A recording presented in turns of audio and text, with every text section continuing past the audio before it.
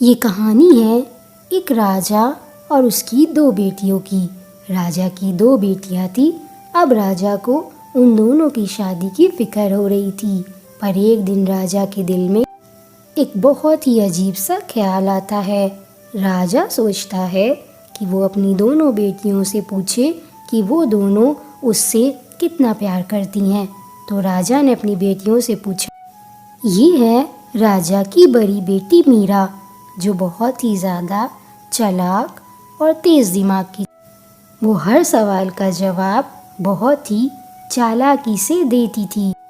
और ये है राजा की छोटी बेटी दिव्यांका, जो बहुत ही सीधा जवाब देती थी और हर एक के मुंह पे सारी बातें कह देती थी।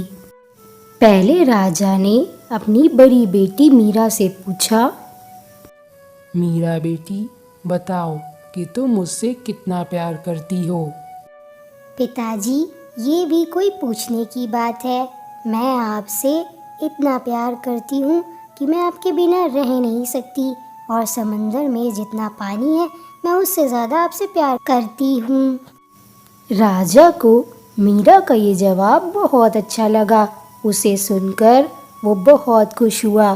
फिर राजा ने अपनी छोटी बेटी दिव्यांका से भी यही सवाल किया। मेरी बड़ी बेटी ने तो जवाब दे दिया। अब मेरी छोटी बेटी दिव्यांका, तुम मुझे बताओ कि तुम मुझसे कितना प्यार करती हो। दिव्यांका बोली। पिताजी, मैं आपसे नमक जितना प्यार करती हूँ।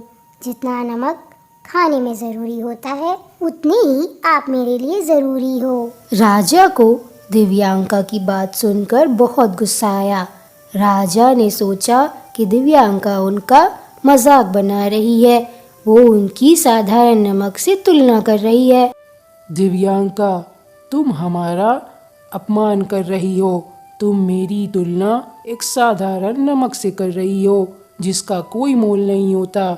अब तुम्हें उसकी सज़ा मिलेगी। नहीं पिताजी, आप मेरी बात का गलत मतलब निकाल रहे हैं। खाने में जैसे नमक ज़रूरी होता है, वैसे ही आप भी मेरी ज़िंदगी में बहुत ज़रूरी हैं।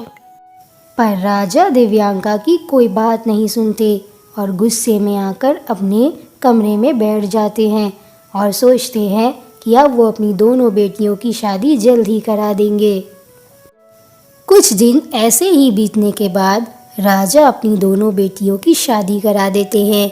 बड़ी बेटी की शादी वो एक अमीर घर में कराते हैं, जो एक राजा होता है, और छोटी बेटी दिव्यांका की शादी वो गरीब घर में कराते हैं, जो कि एक साधारण इंसान होता है। बड़ी बेटी मीरा अपने पति के साथ अपने महल आ जाती है, जहाँ वो बहुत खुश होती है क्योंकि उसका पति राजा था। वहीं छोटी बेटी का घर बहुत छोटा था, जहाँ वो अपने पति के साथ आ गई थी। उसका पति जगदीश एक चाय की दुकान चलाता था। वो बिल्कुल भी अमीर नहीं था। उसका घर भी बहुत छोटा था। दोनों बेटियों की शादी को अब पूरा 1 महीना हो गया था। दिव्यांका ने भी खुशी खुशी अपने पिता की मर्जी को अपना मान लिया था। वो अपने पति के साथ साधारण जीवन जीने लगी थी। पर एक दिन दिव्यांका अपने पति जगदीश से कहती है। जगदीश जी, आप बुरा ना मानिए तो मैं आपसे कुछ कहना चाहती हूँ। हमारी शादी को 1 महीना हो गया है। हम गरीब हैं तो क्या हुआ, मैं अपने पिताजी की एक बार दावत करना चाहती हूँ। आप उनको दावत दे दीजिए। ठीक है दिव्यांका जी, मैं आज ही आपके पिताजी के महल जाकर उनको दावत पे बुला लूँगा। पर क्या वो हमारे घर आएंगे? वो ज़रूर आएंगे। उनसे कह दिएगा कि उनकी बेटी ने उनके लिए उनकी पसंद की सारी चीज़ें बनाई हैं। थोड़ी देर के बाद जगदीश राजा के पास उनको दावत देने जाता है। राजा उसे देखकर ज़्यादा खुश तो नहीं होते, पर वो उनका दामाद था, इसलिए उनसे वो पूछता है कि क्या हुआ। पिताजी, दिव्यांका ने आपको घर पे दावत पे बुलाया है और उसने आपकी पसंद का सारा खाना बनाया है। तो आज रात आप हमारे घर दावत पे ज़रूर आइएगा। आप हमारे महल दावत देने आए हैं, हम आपकी दावत में ज़रूर आएंगे। दिव्यांका से कह दीजिएगा हम रात पे उसके घर दावत पर ज़रूर आएंगे। राजा का दावत में जाने का बिल्कुल भी मन नहीं था, पर वो अपनी बेटी की वजह से दावत में जाने के लिए हाँ कर देते हैं। राजा अपनी बेटी के घर दावत पर गए, पर जैसे ही उन्होंने खाना खाना शुरू किया और वो गुस्से में लाल हो गए। ये क्या तरीका है दिव्यांका, तुमने अपने घर बुलाकर हमारा अपमान किया। तुमने खाने में नमक नहीं डाला। क्या यही परवरिश दी है मैंने तुम्हें?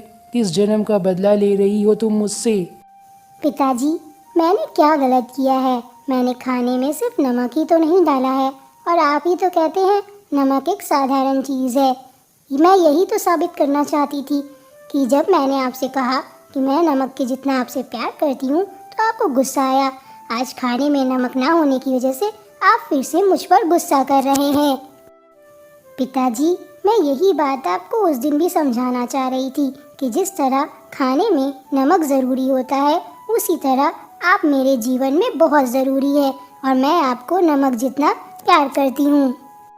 दिव्यांका, तुम क्या कहना चाहती हो मैं समझ गया।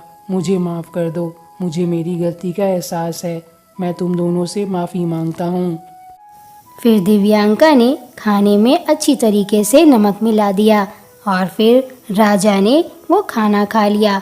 इस तरह दिव्यांका ने साबित कर दिया कि वो उस दिन भी सही थी। और फिर राजा ने अपने महल बुलाकर दिव्यांका और जगदीश को मालामाल कर दिया। उन्होंने उन दोनों को ढेर सारा खजाना दिया। अब वो दोनों खुशी खुशी अपनी ज़िंदगी जीने लगे।